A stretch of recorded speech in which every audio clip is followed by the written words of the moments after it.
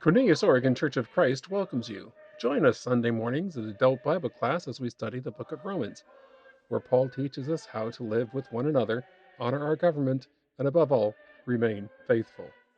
Thank you for joining us, and God bless you all. Interesting that in 1 Corinthians, what he's trying to describe there is the idea that to the Greeks, the whole concept of sin didn't make sense. That from their philosophical standpoint, the idea that if you miss the mark, you're accountable for that. If you don't do what's right, you're accountable for that. They just didn't have that idea.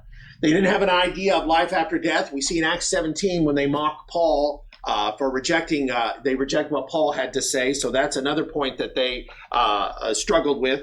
But we also understand that he says that the cross was a stumbling block to the Jews. And that's a really important question for us to try to understand. How is it that it was a stumbling block to the Jews? Why did the cross cause Israel? Why was the nature of the cross? And by the way, what's the nature of the cross? That man has sinned, that God has to die, has to come in the flesh and die and to redeem mankind. Why is that a stumbling block? And I'll give you a hint. If you think for a moment about the times when the cross is preached, what the offense was that the Jews felt whenever they had the cross preached to them. Stan, you got a comment. Go ahead. I started saying the Old Testament talks about cursed is the one that's hanged on a tree. All right. That was how can our Savior be cursed? Yeah, so there was always a question about how could our, some very, very, very straightforward facts about their understanding of God. How could Jesus be God? How could God, have this happen? And how could somebody, and what's neat, Stan, I'll put you on the spot. What would you say a great Old Testament passage is that points out this conundrum of somebody who's cursed or who's marked and at the same time who's glorified by God? What would be a good one? I always think of, I'll tell you what I'm thinking of. I'm thinking of Isaiah 53, where it starts off with the suffering Savior that we thought was despised by God, but was really approved by God. So, I think of Acts chapter 8, whenever the Ethiopian eunuch is reading that passage, he says, I can't figure this out. So that'd be good. What else do you see as a stumbling block for the Israelite nation? So they thought that their Savior was going to come and set up an earthly kingdom. All right. Then the plaque that one of the dudes put up there on top, Pilate, said King of the right. Jews. And how did they take that? Not very well. Yeah, they were very upset by that. They said, take that down, and he wouldn't. He said. Yeah. So, interesting point. Stan? Well, I thought it was a lot of what David did to get Saul down off of they nailed his hands and just like to a crossbeam, and he thought it was important to get it down for sunset. That's right. They took the bodies down. They didn't want the bodies up there, so that's a good point too. Well, Paul preaches Acts chapter 22. I could be wrong about remember this. Acts chapter 22. Paul preaches to the Jews, and at one point he says something, and they say, "Away with such a man; he shouldn't be allowed to live." Do you remember what the key term that upset the Jews in Jerusalem in Acts chapter 22 was? What was it Paul said that they were so offended that they wanted to kill him on the spot? Yeah. So what does that imply about the nature of the cross that is so offensive to the Jew? What did it bring to an end, you might say? And the law was their special relationship with God. So we could say to some degree, one of the things about the cross that was an offense, and I think Paul in 1 Corinthians points it more to the idea that the Jew didn't even think sin was a problem. Why? Because they were Jews. Because that was a Gentile thing. The Gentiles have problems, but the Jews don't. But the idea that the Jews needed a Savior just like the Gentiles was very offensive. When Paul says that God came to save both the Jew and the Gentile, oftentimes that was the point where the Jews that rejected Christ, we've got to be careful to say not all the Jews rejected Christ, but those that did reject Christ, they rejected Christ because of the offense that came about that the gospel was for the Gentile. So the idea that they even needed a gospel was an offense to them. The idea that Jesus has to die, what does that say about the law which they have enshrined? What does it mean that the law is if Jesus and like I said, there was no point in the law where it says, hey, the Son of God had to come and die to make this work. What is it saying about the law of Moses, George? Well, it was Ineffective because Ineffective. they couldn't justify. Yes. So that's it. Why is this a stumbling block? Because if you're a Jew, you've lived by the law, you've lived by the traditions, you've lived by all these things, and Jesus is a testimony that all those things, what's the word you used again, George? Ineffective. Ineffective. It wasn't enough. The Hebrew writer says this. It could not take away sin. So ultimately, this thing that you've invested yourself in, and by the way, just imagine it like this. Imagine it like you took your life savings and you said, hey, I'm going to invest it in this company, and this company is going to build things that's going to bring me back an investment. And as you go through the process, you find out somebody says, guess what? That investment's no good, or that investment's not going to pay out. How does that make you feel? You're not going to be happy about that. Let's be clear. That is the circumstance that the Jew is in, to acknowledge that it is insufficient to solve the big problem of sin. The law of Moses is insufficient to solve the big problem of sin. So to the Jew, this message then becomes a stumbling block, because it means that their system wasn't enough. And number two, again, it means they're no longer uniquely special. It's kind of like when you're the only child, your parents say, hey, we're going to have another baby. I remember when the kids are born, and, Grant, we told him, Grant, you're going to have a little, brother or sister. And, he just kind of, yay. When Daria was born, we went to the hospital and we said, Grant, this is your little sister. We're going to take her home. And it just, and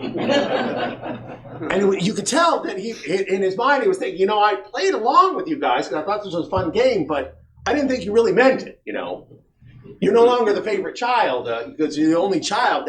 Now there's this, and that's kind of a sense of this too, that the Israelite has this too. So there's a lot of reasons we might point to that to the Jew, and it's not to every Jew, because one of the big ideas is going to be, and we're going to get to this in chapter 11, is that what God is really offering the Jew in the time of Christ, is not to say we're going to lose status. You're going to go from being the favorite to the, just one of many. He's actually saying, I'm actually going to elevate you and make you even more precious than you were before.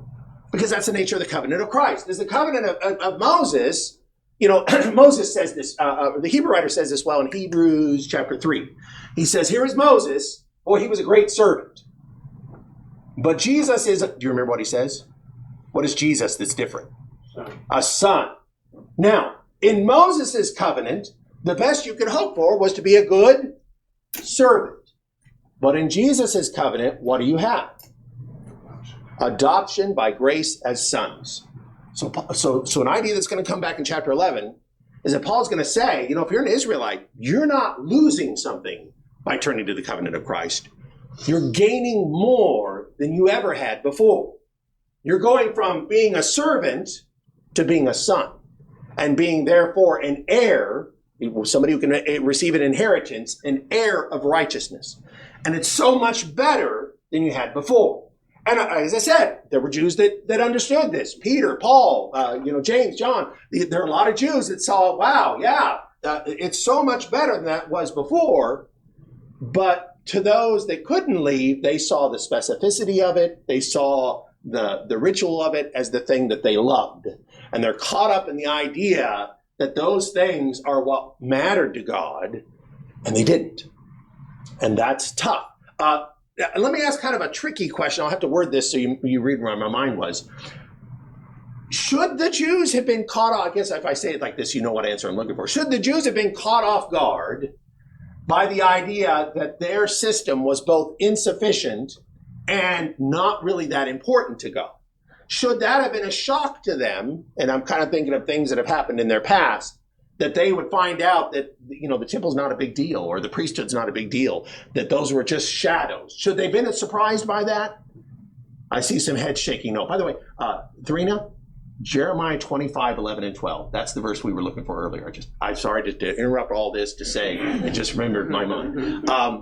But the idea is, no, they shouldn't have been surprised, because the prophets were saying things like, the temple, God's heaven is his throne, the earth is, this is Isaiah, heaven is his throne, the earth is his footstool. What do you think you could build, God, that matters to him? Sacrifices, God in the Psalms that say, the cattle on 1,000 hills are mine. What do we think that you could bring me cattle that makes me satisfied? God has repeatedly told the Israelites, number one, these things aren't that big a deal to me. They're important for you to be obedient, but they're not really important to me as far as I'm God. Jerusalem is just one more city that he built, that he created in the world. What mattered to him was obedience. And that was one of God's big points out of this. And all through the Old Testament, we see that. And number two, we see the fact that God destroyed those things. He destroyed every element of their worship at some point, whether it was the temple, the tabernacle, the priesthood. These things got destroyed constantly by the unrighteousness of Israel. So they should have figured out, well, I guess it doesn't matter that much to God because God's willing to destroy those things because of our disobedience. So they should have known better. Are there any other comments about Israel and their stumbling block, the remnant that is faithful to God, the majority that aren't because they're caught up in a love for the law of Moses? Anybody have any other thoughts or comments about that? It's Gregor, no? No? Okay. So let's go ahead and move forward then. And if I can grab a reader, verses 1 through 5, Paul's about to say, let me describe to you what the problem is that Israel is struggling with. Romans chapter 10, verses 1 through 5. Look for a volunteer.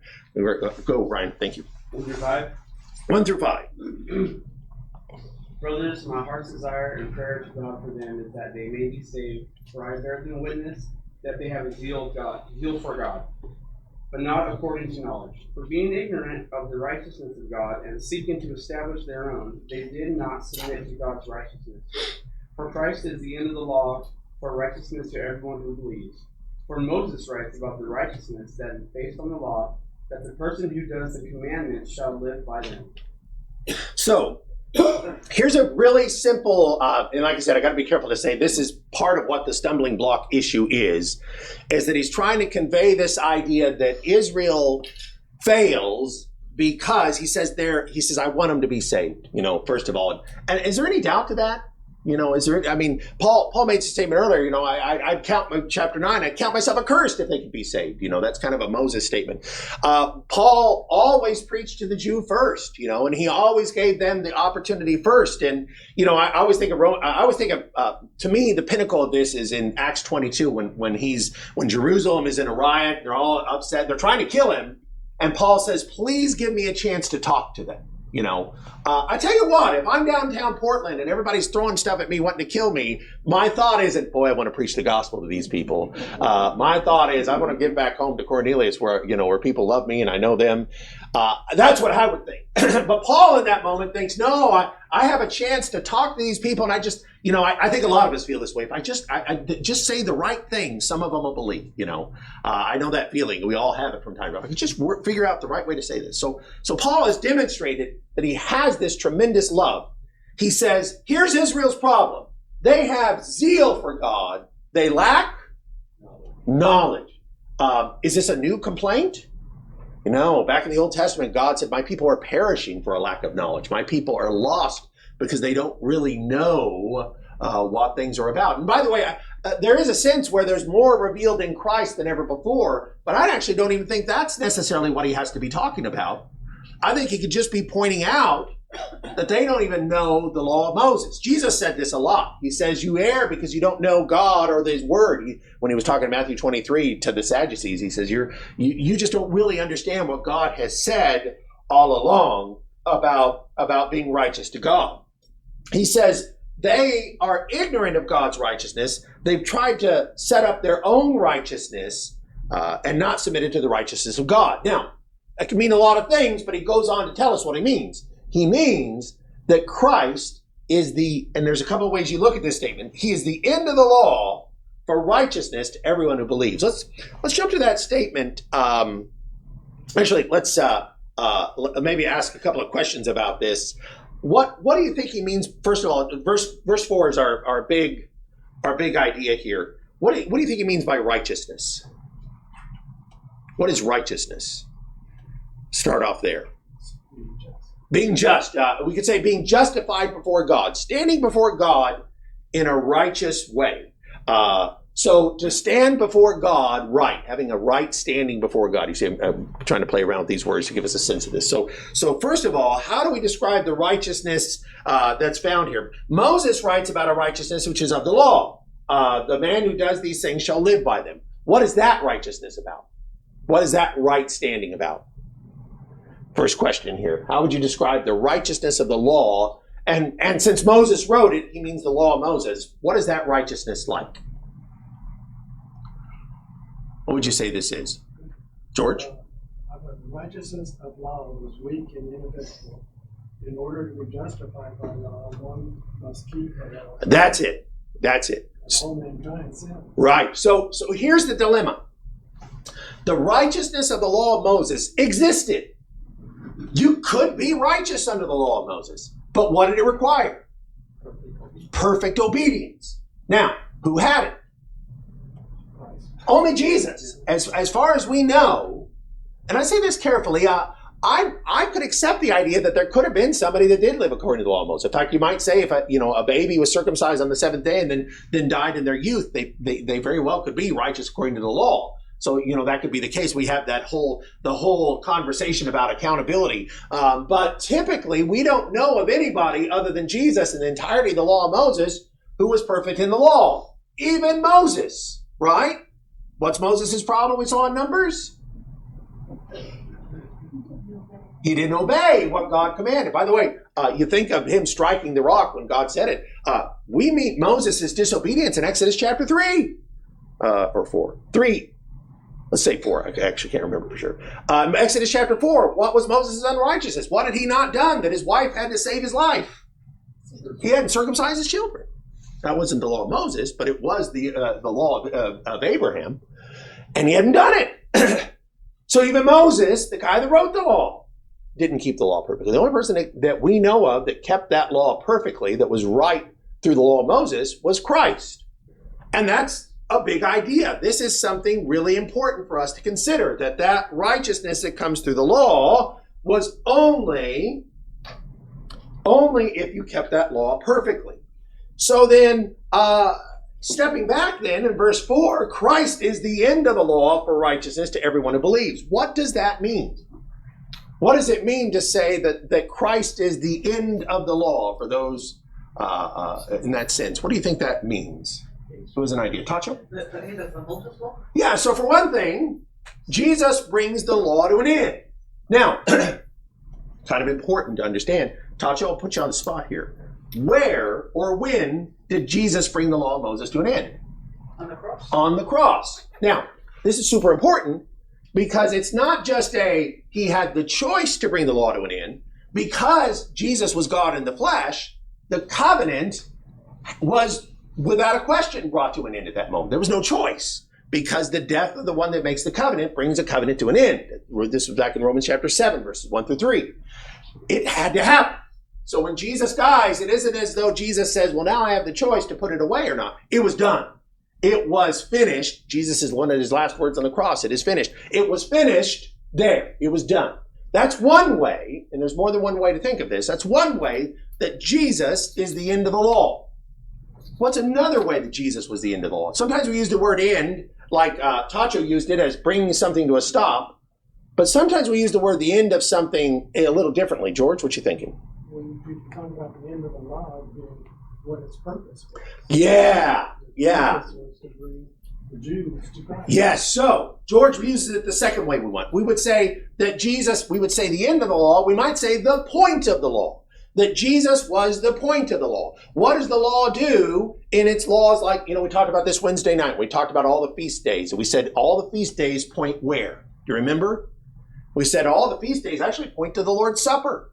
So all of the law, you can take Sabbath, you can take the temple, you can take the priesthood. All of those things point to Jesus and what he was going to establish. We talk about foreshadowing or types and antitypes. All of the things in the law of Moses pointed to Jesus. Jesus was the point and purpose of the law of Moses. He was what its goal was to get you to a place where you understood what happened with Jesus. And the more you dwell on that, the bigger it becomes. It's interesting because I don't think the New Testament can contain all of the different ways that Jesus fulfills the law. It just tells us he fulfills it in every way. Stan, I saw your hand up. I just fulfill that. Yeah. So Jesus fulfills it. You know what I like to say is this. I like to say that the law of Moses was a law designed with a big hole in the middle. And that hole, George said earlier, justification. That hole was the idea that if you broke it, you're in trouble. There's a hole because there's nothing that fixes that. Jesus was the piece that fit in that hole. So everybody before Jesus could have a justification through him by their knowledge of God. But of course, afterwards, this becomes a justification by faith. This becomes this justification by faith. Now,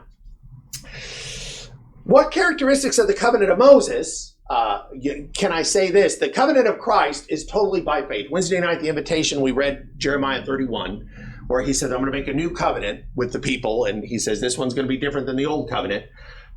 One of the big issues of the old covenant, I'm going to suggest to you, is the absence in some places of faith. What is an example of what I'm saying? I know I've used it a couple of times, but what might be an example of the absence of faith, George? Circumcision. Circumcision is the means by which you enter the covenant. And George, how much faith is required? Yeah, the person being circumcised has zero faith. I would suggest to you that's almost exactly or certainly what Jeremiah is referring to when he says in Jeremiah 31, 31, and 32, he says, no longer will you have to tell your brother, know the Lord, because you'll know the Lord if you're in the covenant. In other words, you couldn't have come into this covenant and say, I'm in the covenant. I had no idea. Let me explain it to you. That's the idea, by the way, of infant baptism. You could kind of see a similarity there. I've often said that what's fascinating, this past week I went to a funeral at a Catholic church. And one of the things that always strikes me about Catholic ritual is how much Catholic ritual comes out of Judaism, comes out of the old Mosaic stuff, whether it's they were doing incense, the priestly garments, all their behavior. But one of the things is that baptism of an infant versus circumcision of an infant, neither require faith. Neither require faith. So circumcision is a big deal. What else can we say is something that when the law of Moses that worked for you in a sense, but did not require your faith? We talked about this maybe Wednesday night. Greg? Priesthood. The priesthood. What are the priests doing? Wednesday night, we said the priests are doing what every day? Offering sacrifices. If you're an Israelite, Greg, did you need to be there when they were offering them? Did you even need to know if they were offering them? No, that work is being done, and you're not even a part of it. You bring your lambs. How much are you? If you're a shepherd, what are you giving the priests? 1/10. 1/10. You're giving them a 10th, and then you go back home. And then they're going through this process that you're not even involved in, this sacrificial process. So the priesthood and the sacrificial system aren't matters of faith in the law of Moses. Somebody else is doing that for you. Now, there's another way the priesthood does this, and a lot of their ritual is things that the average Israelite is not participating in. So that would be another example of an absence of faith. Can you think of anything else? Any other things that you're doing that weren't a matter of faith? Those are the big ones that I think of, actually, the priesthood, the sacrificial system, circumcision. And like I said, there's just so many things that we could kind of tack onto that to say, for a lot of Israelites, they might have done things and they had no idea why they were doing them. But that could be true of us, too, by the way. We pause for a second there. So go ahead, Greg. So this lack of, or not having to be a part of faith, then the fourth verse there talks about our third verse talks about being ignorant of the righteousness of God. Seeking to establish your own, they didn't have to make God's righteousness. So this lack of faith or lack of choice, shall we say, kind of took that away from them to recognize or know the righteousness of God. So what would be, Greg, what do you think? Let's think about what you're saying here. Ask an example of you. What would you think would be an example of a time where the righteousness of God was right in front of the Israelites, but their zeal for the law without knowledge prevented them from seeing the righteousness of God? For me, the Sabbath would be the big one. So Jesus heals somebody on the Sabbath. There's the righteousness of God, that God is working among them. What was it the Israelites that were zealous for the law without knowledge would say when Jesus did it, Ryan? Yes, roughly that. Yeah, they would say, hey, You're breaking the law. you're breaking the law. And Jesus would say, now, wait a second. He said, even in the law, there were times where the priests work on the Sabbath. He gives all these examples. But ultimately, he says, I'm doing the righteous work of God. You know, God works every day, you know, was kind of his point. I'm doing the righteous work of God. And they couldn't see it because they had a zeal for the law with no knowledge of what was behind it, of why God established these things. So the idea, to me, an example of this is when they, you know, more often than not, when they're trying to kill Jesus before they kill him, it's usually over the Sabbath. It's usually because they're saying, hey, you're doing something on the Sabbath, and he'll start trying to explain it to him. He'll eventually say, look, I have the right to do this because I'm sent by God, and that's when they pick up the stones to kill him a lot of times. And the point was, there's a great example. Jesus is working the righteousness of God. They couldn't see it because their zeal for the law without a knowledge of what was behind the law. You know, what was God's greatest desire in the law? I desire, somebody said it, mercy, not sacrifice. Now here's God's great desire of the law. I desire mercy more than I desire sacrifice. Well, there's a good example, and Jesus repeats that several times in Matthew. There's a great example of the righteousness of God being lost by this zeal without knowledge. You miss the idea that God's real purpose. Another great example, Matthew chapter 15, another one just popped in my mind, and that was Corban, the gift to God. And the Pharisee would say, hey, I'm dedicating X amount of my money as a gift for God. You can do that. That's a great thing. But what were they neglecting in doing that? Taking care of their parents. And so Jesus says, what have you actually done? You know, in this zeal for an appearance of righteousness, you've actually invalidated the command of God. He says, you honor me with your lips, your heart is far away from me. You know, you have this practice, these ideas of what this is, but you think it's just by this writ behavior. And like I said, I see that certainly in certain denominations. I'm struck by, you know, this idea of just doing something, you know. And again, one of the things we saw in this funeral was the saying of the rosary. I know a lot of you have been Catholic and you're probably familiar with that. The idea that somehow that just by saying it with no thought, just by repeating it enough times, there's a righteousness to that. Well, that's a great example of what the Israelites thought. They thought if they had enough phylactery on their head, phylactery was the tying Bible verses to your head and arms. You did that, you were really righteous. If you had enough tassels on your garment, you were righteous. And he says you're neglecting the weightier things of the law, like justice and mercy in those moments. And so there was this real struggle here. Another question to think about this. We've said there are elements of the law of Moses that lack faith. But I would want you to understand that that's not always true.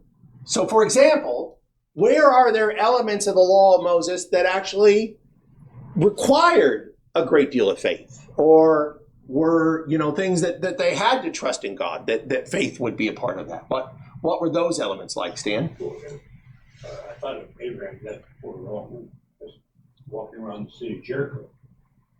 Those are by faith.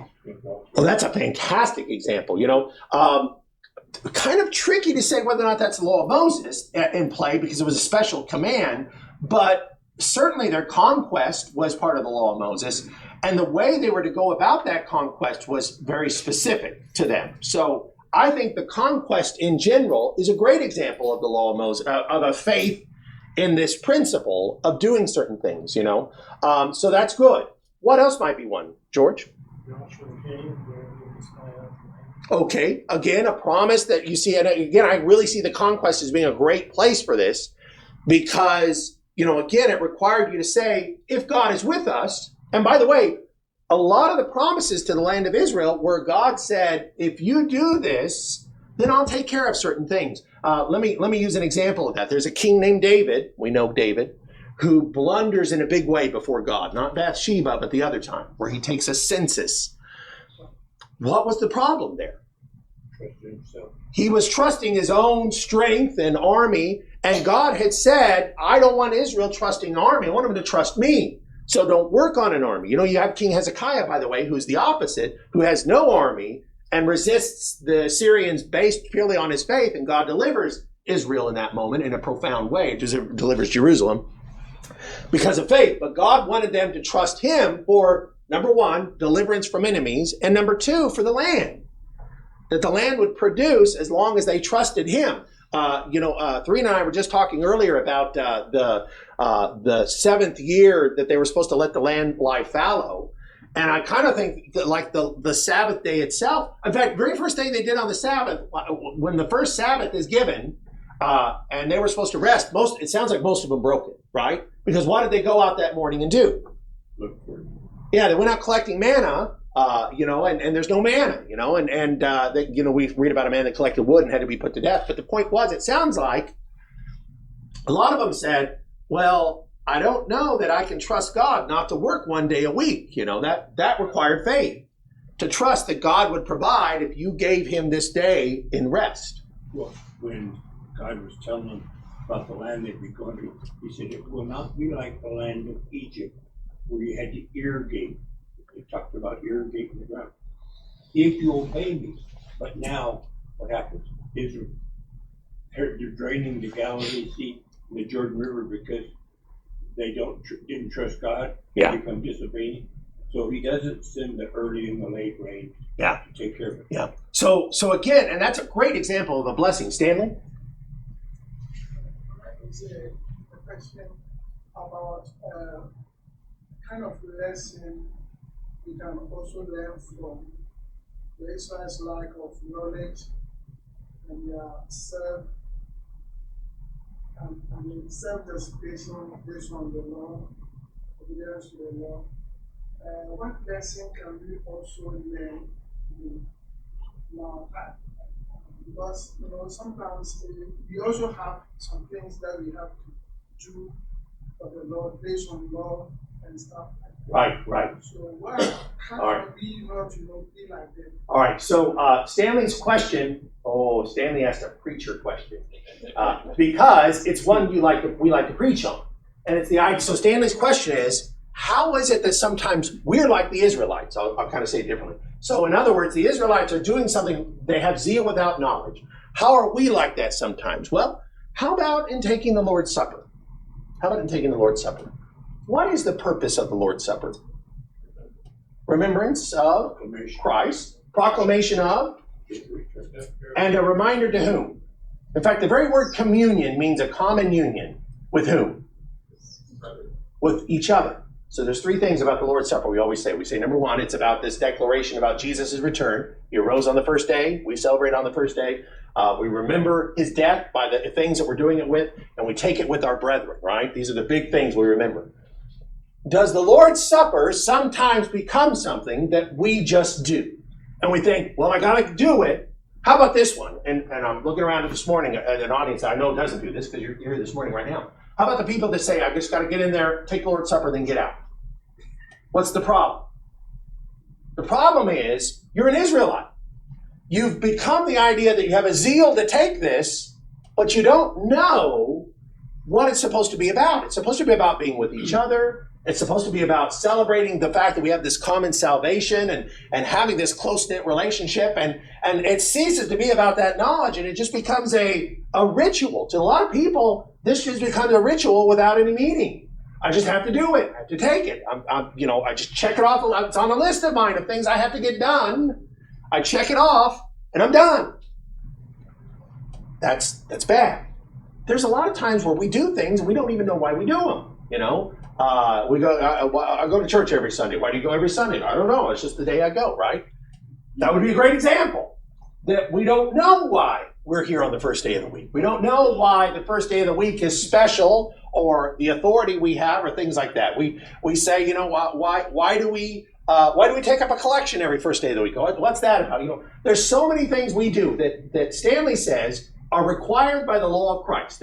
Or sometimes they're not required by the law of Christ, but we even think they're required, right? We say, well, you gotta wear a tie to church, right? Do you have to wear a tie to church? Tell me this, is there a Bible verse that says wear your best to church? All of you should shake your head. No, there's not. How many of you thought there was? There's a lot of times where we might do something and we say, well, you have to do this. You have to wear a tie.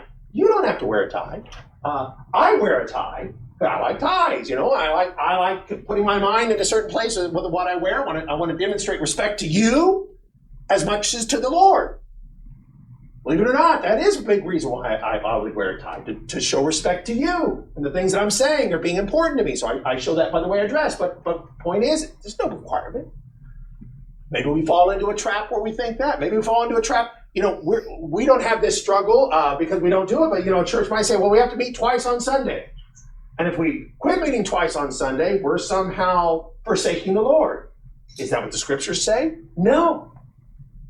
We meet once on Sunday. Like I said, it is different here than a lot of places. But I know sometimes people think, well, is that in the scriptures? No, it's not by knowledge, but there's a zeal there for sure. It's easy to fall into a place where you do something more zealously than by knowledge. So Stanley says, is there a possibility we fall into this? Absolutely there is.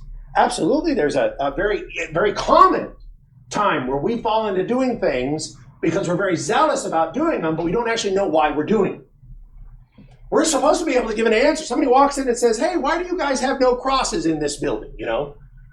We're supposed to be able to say, well, the symbol of the cross is baptism. It's not a physical symbol. So we could say that's what's going on here. Why do you guys use fruit of the vine? Why do you call it the fruit of the vine? Why not wine? Why not some of these other great orange juice? Or we should be able to say, well, we see. If you don't know, what? Yeah. You need to find out. And by the way, that's faith. Because he's going to tell us in the next chapter, faith, which is the cornerstone of what this is about. By the way, to zeal with knowledge, another definition of zeal with knowledge is faith. Okay? Zeal, meaning the desire to do it, and the willingness to do it, and the action of doing it. Knowledge, which comes by the word of God. Those two things together are what are called faith. So if you have zeal with knowledge, you have faith. But if you have zeal, but you don't know why you do what you do, what's the problem, Stan? Yeah, it could be a sin, because if it's not, he'll say later in Romans 14, if it's not of faith, it's a sin. So it could be. I'm going to say that carefully. I don't want to blanket paint something, but it could be a sin. It certainly is not faith. And that's the issue. It's certainly not of faith. The righteousness of Christ. He spent 3 chapters telling us that now the righteousness of God comes through faith, which is zeal and knowledge, you could say. Israelites didn't have faith because they had zeal, but they lacked the knowledge. Now, and I say lacked it, it's not that it wasn't there, they simply didn't pursue it. And the proof of that is this next question. What are some examples of people that did? Actually, I have better examples than the ones in Hebrews 11, and the Hebrews 11 is kind of tricky because about over half of them, most of them, are before the law of Moses. And that. So what's an example of somebody who acted by the law of Moses and had faith? Who believed it, who trusted it? How about David? I'm going to throw out David. David wrote Psalm 119. 119 is all about the law of Moses. David loves the law. The irony is the law condemned David a couple of times. But David loved God's law. And he was desirous about God's law. And whenever he found out he was in controversy against God's law, he always changed his mind. That's probably what really made him a great man of faith. Who else would you throw out? Law of Moses had great faith. Shadrach, Meshach, and Abednego. Oh, nice one. Actually, I didn't think of that. That's a great one. Now, if you add to that, I can throw Daniel in there too. Here are 3 guys that say God's law is don't bow down to an idol. And we're not going to bow down to an idol. We're not going to do this thing. And they said, we don't even know if God will save us, but we know we won't bow down to an idol. Great example of faith, because it's within the law of Moses that they're acting, and that's the case. How about Joshua and Caleb? Joshua and Caleb are interesting, and of course, they're kind of tricky because they're kind of in the middle of the law of Moses, but they are trusting promises that were made in the law of Moses that they would be able to conquer the land. That was God's promise to them, that he would take care of that conquest. So Joshua and Caleb, honestly, you could just kind of walk through gold. Well, in the New Testament, Paul is an excellent example because, he persecuted Christians because he thought that that's what the law of Moses wanted. Paul says, I was a man of great zeal. Mm-hmm. What's interesting is, I think he would probably call himself vain without his knowledge, though. He might have said, I didn't truly have the knowledge of Christ, or, that until it was, until Ananias sits down and explains it to him, Or maybe you could say really on the road to Damascus, he kind of comes to that conclusion.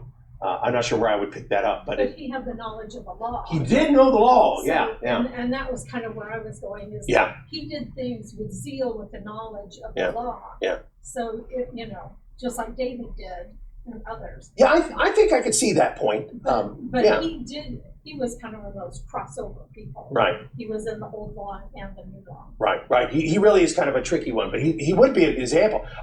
You could say like Joseph and Mary, would be good examples of people who live by the law but also by faith, that they carried out the law by faith. I was going to say Josiah and Hezekiah, two great kings at that. You mentioned Shadrach, Meshach, and Abednego, Daniel refusing to eat things that would have been unlawful for him to eat. In Daniel chapter 1, he does that by faith. That this trust, anytime he saw somebody in the law of Moses saying, if I do things by the law of Moses, then I should trust that God will take care of me for doing that. There was faith. There was a man who operated knowledge and zeal, and they did what they were supposed to do. So there were people under the law of Moses that acted in the law of Moses and had faith. And they had faith. Now the significance of that is that if they had faith, then Christ justifies them too. That's the big, we sometimes talk about the idea of how the cross kind of moves two directions at once. It moves to the past and to the future. But it only justifies those that had faith in God. An Israelite, they kept the law perfectly, but had no knowledge, had no, I'll let the priest take care of it and did it. There's going to be a question about that justification by faith, whether or not that was there. Go ahead. Did you say Rahab had more faith than the Israelites? I would definitely say that. And I would say that as a great, in fact, the New Testament tells us two times, look at Rahab as your example, what you need to be of somebody who has faith in God more than the Israelites. I think of the guy in Matthew 8, the centurion that Jesus said, nobody in Israel has as much faith as this Roman centurion does, So it's interesting that there's several times where people pointed out to say, hey, this person actually has more faith than the Israelites do. And Rahab is a pretty neat example that the Bible wants us to definitely wake up and take a look at. So that'd be a good example. Anyone else have a point? Gerald? Didn't they say, did we do all these things in your name? And then he said, depart from me. Yeah. I never knew you. Yeah. So here in Matthew 7, Jesus says, Lord, we prophesied in your name. We cast out demons in your name, did miracles. Jesus said, depart from me. I don't know you. Now he's, of course, looking to the future, but that's a great description of where a lot of these Israelites were. We did their sacrifices in your name. We did all these things in your name. But it really was not, the point was it really didn't accomplish God's righteousness. Now what's interesting is that there were a lot of times that the things the Israelites did without faith worked. But I'll tell you what, here's an example of that. When Moses hit the rock, what happened? Water came out. It worked. But it wasn't by faith, and Moses was condemned. Moses didn't believe God. He says, because you didn't treat me as holy, you didn't believe me. Moses' lack of faith in that moment condemns him, even though it worked. There's a lot of times where the Israelite process worked, but there was no faith involved. For today, sometimes we think this is what God wants to do. You mentioned tithes and stuff like that. But other good things. We think it's all right because it sounds good. It's something that Jesus may have told me to do, but he didn't tell you to do. So those things sound good. And you say, well, we did it in your name, right? That's good. Yeah. I'd be lost because of sounds good is a great and terrible thing for us. So we'll stop here, pick up next week. We're going to go on the next passages in Romans chapter 10. So thank you so much for all your good thoughts this morning.